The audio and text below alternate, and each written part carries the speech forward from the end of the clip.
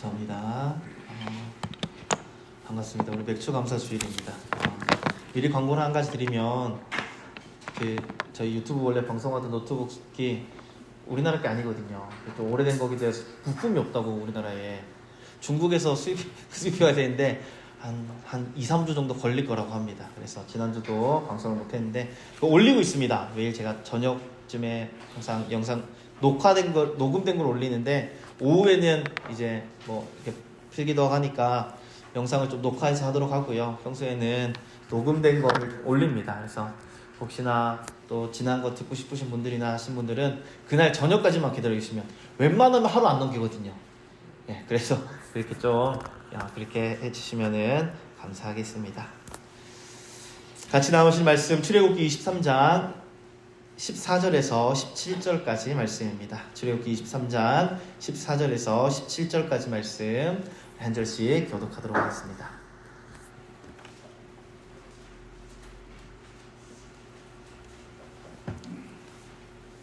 출애굽기 23장 14절에서 17절까지 말씀입니다. 너는 매년 3차 내게 절기를 지킬지니라.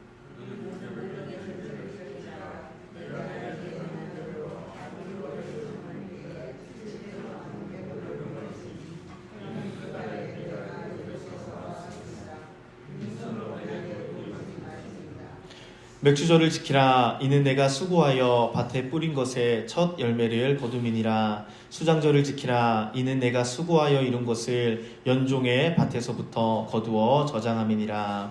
너희의 모든 남자는 매년 3번씩 주 여호와께 보일지니라. 아멘. 영목사님 때부터 3대 절기라는 제목으로 굉장히 많이 들으셨던 설교입니다. 오늘은 그래서 제목이라도 좀 바꿔보려고요. 3대 절기 말고 은혜의 3대 절기라고 말씀했습니다. 기본 뼈대는 그대로고요. 또 나머지는 같이 우리가 말씀 읽은 대로 또 나눠보도록 하겠습니다.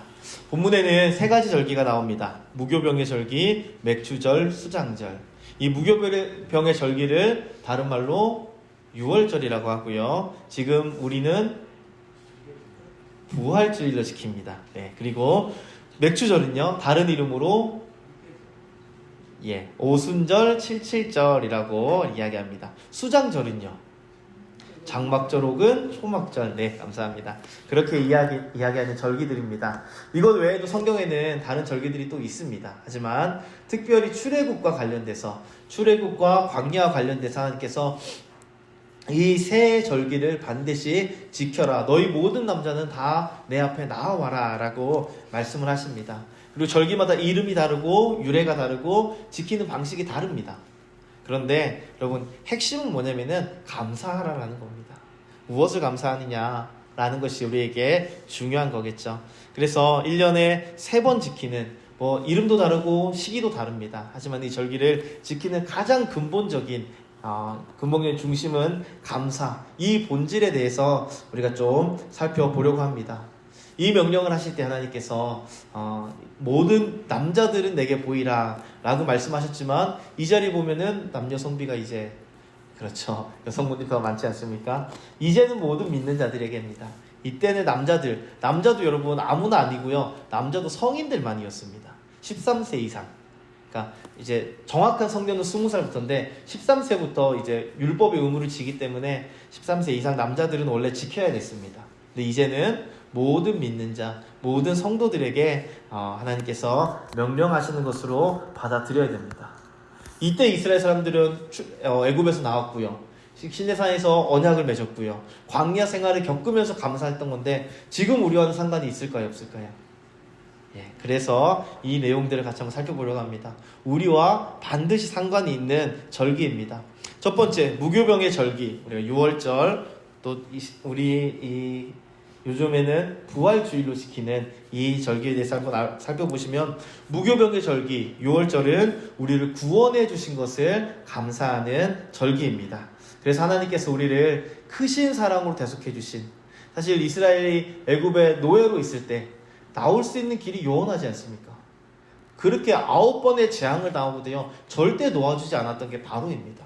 그리고 일반적으로 노예 한두 명이 탈출하는 건 있을 수 있어도요, 남자만 200명 탈출하는 건요, 남자 장정만 육신만이 탈출하는 건 있을 수가 없는 일입니다. 그런데 하나님께서 놀라운 은혜를 베푸셔서 구원해 주셨다는 거죠. 만약에 그때 출애굽하지 않았으면요, 죄송하지만 아마도 이스라엘은 멸망했을 겁니다. 왜 그렇죠? 모세가 태어나기 전부터 사내 아이가 태어나면 다 죽이라고 하지 않습니까?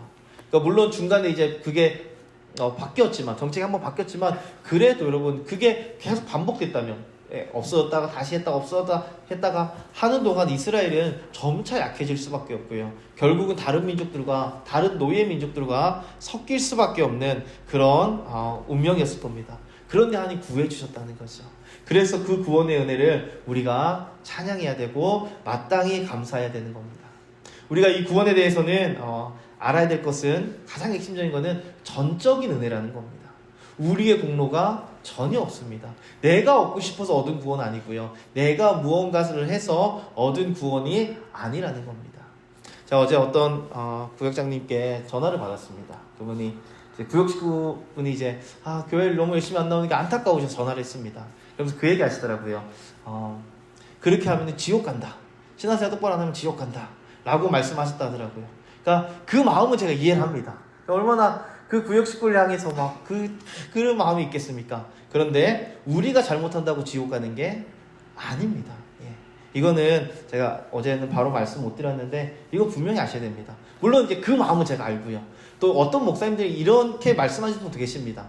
왜냐하면 이게 성도들에게 신앙생활에 경각심을 주기 위해 주려고 하면은 지옥 얘기하는 게 사실 좋습니다. 근데 지옥을 제가 별로 가르치지 않는 이유는 이미 구원받은 우리와는 상관이 없기 때문입니다.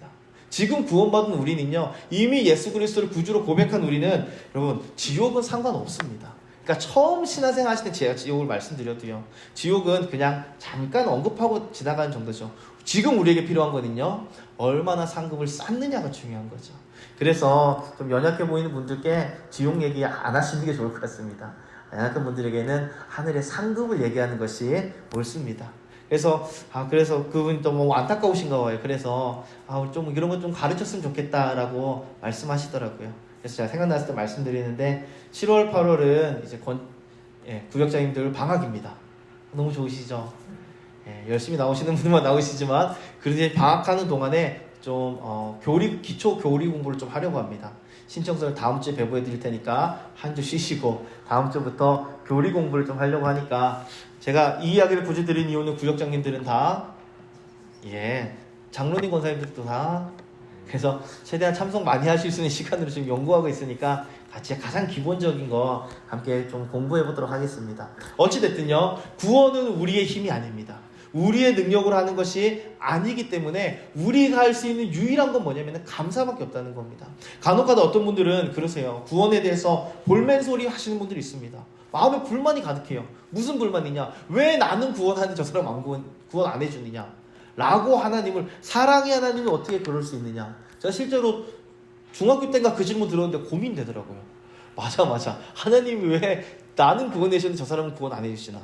이게 잘못된 거죠. 그리고 어떤 분들은요, 또 그럽니다. 하나님이 왜 사랑의 하나님인데 다 용서 안 해주시냐? 라고 말씀하는 분들도 있고, 어떤 분들은 다 구원하고 싶은데 능력이 안 되는 거 아니냐? 이렇게 말하는 분들도 계시다는 거죠. 우리가 한 가지 믿어야 될 거는, 구원은 하나님의 완전한 계획 가운데 계획이 세워졌고요, 예수 그리스도의 완전한 헌신으로 완벽하게 시행되었습니다.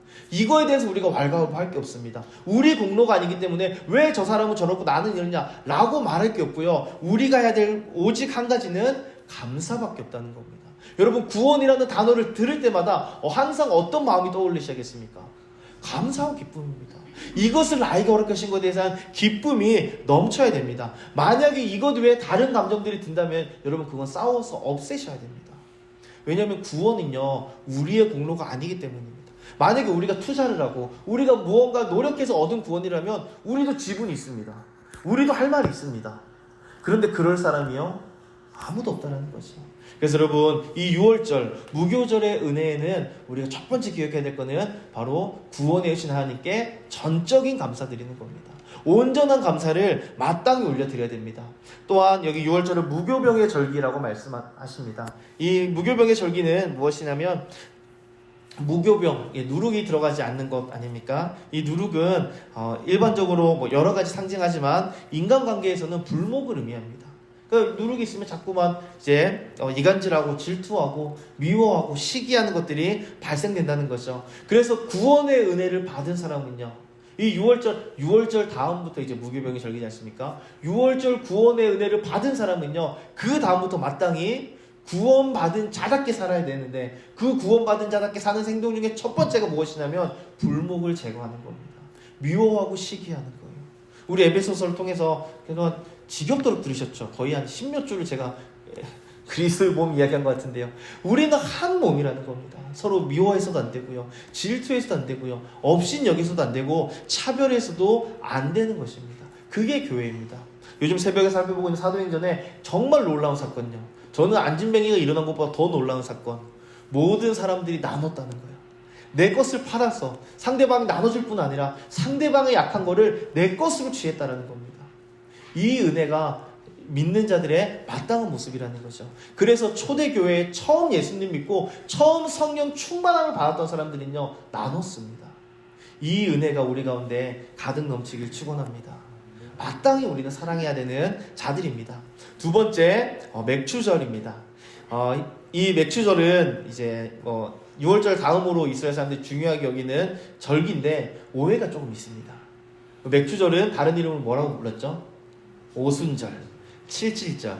그러니까 이 6월절 다음 날부터 세면은 7.7절, 6월절부터 세면은 오순절이 되는 겁니다. 지금 우리는 맥주 감사 주일을 감사드리고 있습니다. 맥주 감사를요. 자, 오늘은 7.7절 오순절이 맞을까요? 틀릴까요? 죄송하지만 여러분, 부활주일이 언제였죠? 우리 4월 첫째 주였죠.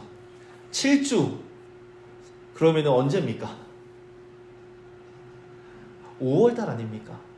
여러분, 이거 오해하시면 안 돼요. 우리가 지금 지키는 맥주감사절은 성경에 나오는 맥주감사절이랑 다른 절기입니다. 우리가 보통 맥주감사절을 7.7절 오순절로 알고 있는데 그거는요 5월이나 6월입니다. 근데 우리는 왜 지금 이 7월의 절기를 지킬까요? 그거는 이 맥이라는 단어가 이게 좀 어렵습니다. 여러분, 맥이요 무슨 뜻이죠? 보리만 맥인가요? 밀가루도 맥입니다, 여러분. 그리고 제가 사진 찾아봤거든요. 밀가루랑 보리랑 진짜 비슷하게 생겼던데요. 이 맥은요, 보리 밀도 있지만 밀가루도 맥입니다. 그래서 우리 맥주 감사주일 하면 그냥 이렇게 지키는데 이스라엘은 2번 지킵니다. 밀의 추수감사절, 보리의 추수감사절. 저희는 지금 보리의 추수감사절에 맞춰서 지키는 겁니다. 그런데 밀은요, 아니요. 그런데 사실 오순절 7.7절에 맞는 거는 밀의 감사주일입니다. 저희가 밀의 감사를 안 지키고 보리의 감사를 지키는 이유는 우리나라에는 밀이 자라기 힘들답니다. 날씨 자체가 힘듭니다. 그래서 아마 선배 목사님들께서 이날로 정하신 것 같습니다. 근데 정확히는 이 7.7절 오순절에 연결되는 맥주감사주일은 5월이나 6월에 있는 밀가루의 절기입니다. 그리고 저희는 지금 보리의 추수를 해서 지키는 겁니다. 히브리어도 비슷합니다. 한자도 같은 한자 쓰는 것도 있고요. 그래서 소맥은 밀가루고요, 대맥은 뭐 보리고 이렇게 사용한다 하더라고요. 그런데 이 말씀을 굳이 드린 이유는 뭐냐면은 오순절의 의미가 굉장히 특별합니다. 7.7절의 의미가 특별하거든요. 오순절은 6월절에 이스라엘 백성들 구원받고 나와서 시내산에 도착해서 처음으로 하나님과 율법을 맺은 날입니다. 그 전까지 그냥 아는 백성 정도, 아니, 그 정도보다 좀 친밀하게 내가 사랑했던 아브라함과 이삭과 야곱의 후손들 정도였습니다. 그러니까 이때까지는 그냥 하나님이 은혜 베푸셔서 은혜 받은 백성이지 하나님과 언약 백성은 아니었습니다. 그런데 이 오순절을 기점으로 하나님과 이스라엘 백성들이 언약을 맺습니다. 이게 중요한 이유는요, 이스라엘이 하나님에 대한 법적인 의무가 생깁니다. 하나님 외에 다른 신을 두면 안 되는 거죠. 그런 법적인 의무가 생깁니다. 반대로요, 하나님께서는 어떠실까요? 하나님도 이스라엘 백성 향해 의무가 생기시는 겁니다. 아이고, 내 백성, 내가 내 백성 돌봐줘야지, 내가 내 백성 인도해줘야지 라는 관계가 법적으로 성립되는 것이 바로 이 오순절입니다. 그래서 구약에 광야교회라는 표현을 쓰는데, 광야교회의 시작, 이스라엘이 본격적으로 하나님의 백성이 시작되는 그 날이 바로 오순절이고요. 신약에서 성령 강림을 받아서 처음으로 교회가 시작된 것이 신약의 오순절입니다. 그래서 오순절 7지절은 어떻게 우리가 해석을 하냐면은 교회의 시작이라고 봅니다. 하나님의 백성의 시작입니다. 구원받은 백성들이 7주 뒤에 하나님의 상에 도착해서 하나님의 비로소 하나님 백성이 된 그 이전에는요 하나님의 은혜 안 베푸셔도 괜찮습니다. 은혜는 여러분 주면 감사하지만 안 준다고 우리가 떼부릴 수 있나요 없나요? 은혜는 그런 게 아닙니다. 우리가 거저받는 거니까요. 그런데 이제부터는 하나님이 무조건 돌봐주셔야 되는 법적인 효력이 생기는 겁니다. 여러분 우리가 교회 됐습니다. 믿으십니까? 믿으십니까? 교회가 됐다는 건요 우리도 하나님께 드려야 될 의무가 있습니다. 하지만 우리가 하나님으로부터 받아야 될 권리도 생긴다는 겁니다. 그런데 여러분 우리가 하나님께 드리는 게 클까요? 우리가 받는 게 클까요? 그럼 교회에 되시는 게 좋습니까? 안 좋습니까? 무조건 좋은 거죠. 그래서 오순절 7지절은 교회의 시작이란 개념으로 굉장히 중요합니다. 그런데 오늘 이 맥주감사주일에 연결하기는 조금 어려운 거죠. 대신 우리가 이 맥주감사절을 그렇게는 알고 있습니다.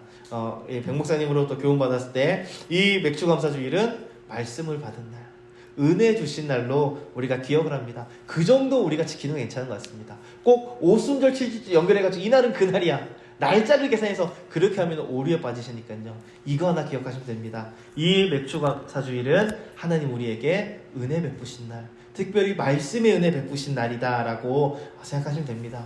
그래서 오순절의 감사는 계명 주신 것에 대한 감사입니다. 계명을 주셨다. 여러분 계명은 여러분 계명 잘 지키시나요? 제가 딱 이름을 언급하긴 그랬지만 계명 잘 지키십시오 라고 말씀을 들으면은 기분이 어떠실까요? 좀 왜 나한테 왜 잔소리를 하나, 자존심 상하지 않으실까요? 그런데 여러분 그거는 우리가 이 계명이요 하나님의 말씀이 약간 뭔가 부담 갖고 지켜야 되는 올무 같고 족쇄같이 느껴지니까 그런 마음 드는 겁니다. 사실 여러분 계명 지키십시오 라고 얘기를 하면은 어떤 것과 같은 말이냐면 복 받으십시오. 예, 감사합니다. 제가 말하기 전에 이미 대답해 주셔서 감사합니다. 그것과 동일한 말씀입니다. 우리에게 계명 주신 은혜는요 우리를 막 올가매고 우리를 막 괴롭히게 해주시는 것이 아니라 우리에게 복 받으라고 주신 겁니다. 그러니까 십계명을 살펴보면 여러분 너무 정말 은혜로운 말씀입니다. 살인하지 말라. 아무나 막 죽이고 이런 사회가 되면 좋겠습니까 여러분? 내가 남을 죽이지 말라는 거는요 남들도 나를 해하지 않는다라는 그런 사회를 만들기 위한 겁니다. 좀 더 쉬운 거 말씀드리면은 내 부모를 공경하라. 여러분 예수 믿지 않아도 효는요 마땅한 거 아닙니까? 마땅한 거 아닙니까? 누가 효 잘했다 보니까 나라에서 보고 야 저분이 부모님을 병드신 노모를 모시고 산다. 기특해서 나라에서 매달 300만 원씩 지원해준다 라고 하면 여러분 그런 정책 얼마나 좋습니까? 그러면은 억지로라도 효하는 사람이 낫지 않겠습니까? 근데 하나님 이걸 법으로 정해내셨다고요. 잘해, 마땅히 해야 될 거 잘해라. 그러면 내가 복을 줄게. 더 황당한 건 뭐냐면은 사계명입니다. 사계명 뭐죠? 사계명요? 안식일을 기억하여 거룩히 지켜라. 어떻게 지키는 게 거룩히 지키는 겁니까? 여러분 구약의 안식일, 저희 지금 주일은 와서 예배 드리는 건데요 구약의 안식일은요 쉬는 겁니다. 일주일에 하루 쉬어라. 부담스러우세요 여러분? 일해야 되는데 오늘 반드시 일해야 되는데 막 내가 6일 내내 일했는데 오늘 또 일해야 되는데 그러신 분 계신가요? 쉬는 게 당연한 거 아닙니까? 근데 이 당연한 거 하면 복 주시겠다고 말씀하시는 겁니다. 여러분 하나님께서는 우리를 올가매기 위해서 계명을 주신 것이 아니라 우리에게 복 주게 해주셨다는 걸 기억하셔야 됩니다. 근데 마음이 좀 꼬이면요 이게 그렇게 보인다고요. 구약 때 광야 이스라엘 백성도 그랬습니다. 그러니까 모세가 이거는 너희들 묶어두게 한 게 아니고 먼 것도 아니고 시킬 만한 것이다 막 이야기한다고요.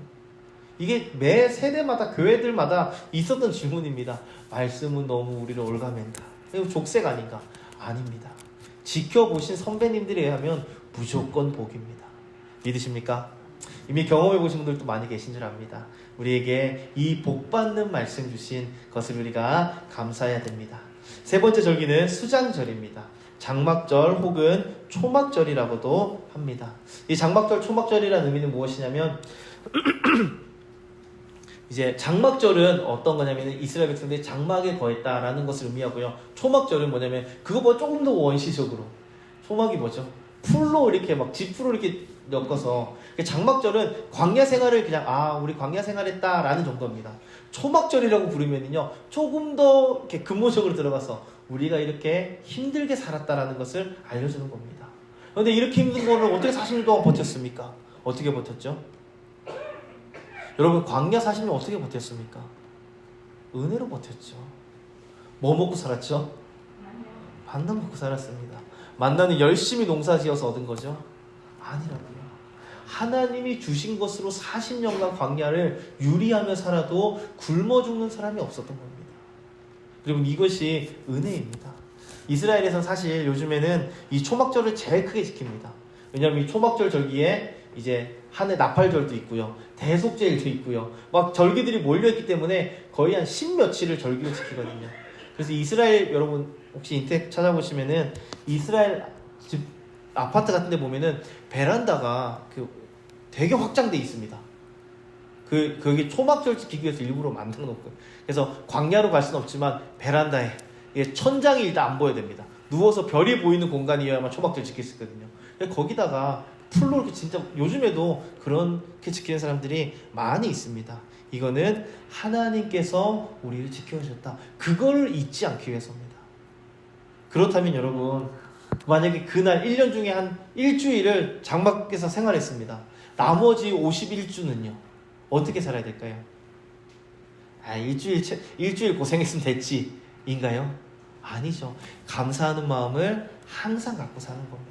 잊어버릴 만할 쯤 되면은 다시 돌아가서 그래 우리 선조들이 이렇게 살았지, 하지만 하나님이 지켜주셨다 라는 것을 깊게 생각하는 겁니다. 이 깊은 묵상으로, 이 깊은 생각으로 또 1년을 살아가는 겁니다.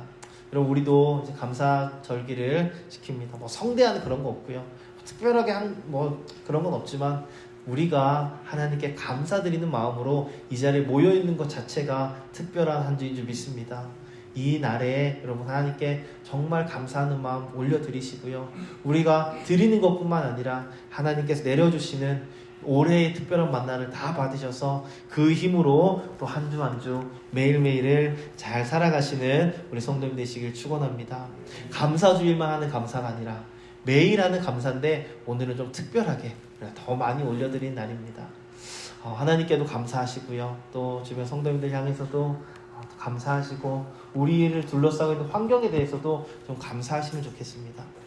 감사 중에 가장 초보적인 감사는 그겁니다. 남과 비교해서. 그렇죠. 내가 가난한 줄 알았는데 옆에 사람을 보니까 나는 괜찮았구나. 제가 이번 주에도 어디 지방교육장에 갔는데 처음 가보는 교회였거든요. 내비게이션을 따라갔는데 교회가 안 보이는 겁니다. 어디 있을까? 그런데 저기 한 골목쯤에 정글처럼 보이는 구역이 보입니다. 밀림처럼 나무가 어마어마하게 있고 막 혹시 저긴가 해서 가보니까 거의 다 교회더라고요. 제가 그 전주에 어떤 일이 있었냐면은 지난주 모기가 너무 많아가지고 권사님들께 권사님 저 나무 좀 베버리면 안 됩니까? 모기가 너무 많습니다. 그런데 그 교회 가보니까 저희 교회는 아무것도 아닙니다. 저희 교회는 진짜 대도시 한복판 같은 느낌이고요. 그 교회는 막 건물에 막 어마어마하더라고요. 그러니까 이런 감사는 초보적인 감사입니다. 그 교회에 비해서는 우리 교회가 모기가 덜하구나. 얼마나 초보적인 감사입니까? 여기에 그치지 마시고요, 절대적인 감사 올려드릴 수 있는 우리가 되길 소원합니다. 나에게 있으나 없으나. 절대적인 감사의 비결은 뭐냐면은 하나님 때문에 감사하는 겁니다. 있으나 없으나 감사하는 거예요. 내가 건강하나 병드나 하나님 때문에 감사할 수 있는 이 감사가 충만한 우리 일생을 살아가시는 성도님 되시길 간절히 축원합니다. 우리 같이 기도드리겠습니다. 기도하실 때 또 1년 동안 돌아보시면서 하나님 우리에게 베푸셨던 은혜, 누가 봐도 은혜인 것을 감사하는 것 쉽습니다. 하지만 우리 그동안 감사하지 못했던 것들, 혹시나 나의 약점이라 할지라도 그것 주신 하나님께 절대적인 감사 올려드리는 기도와 함께 드리겠습니다. 기도드리겠습니다.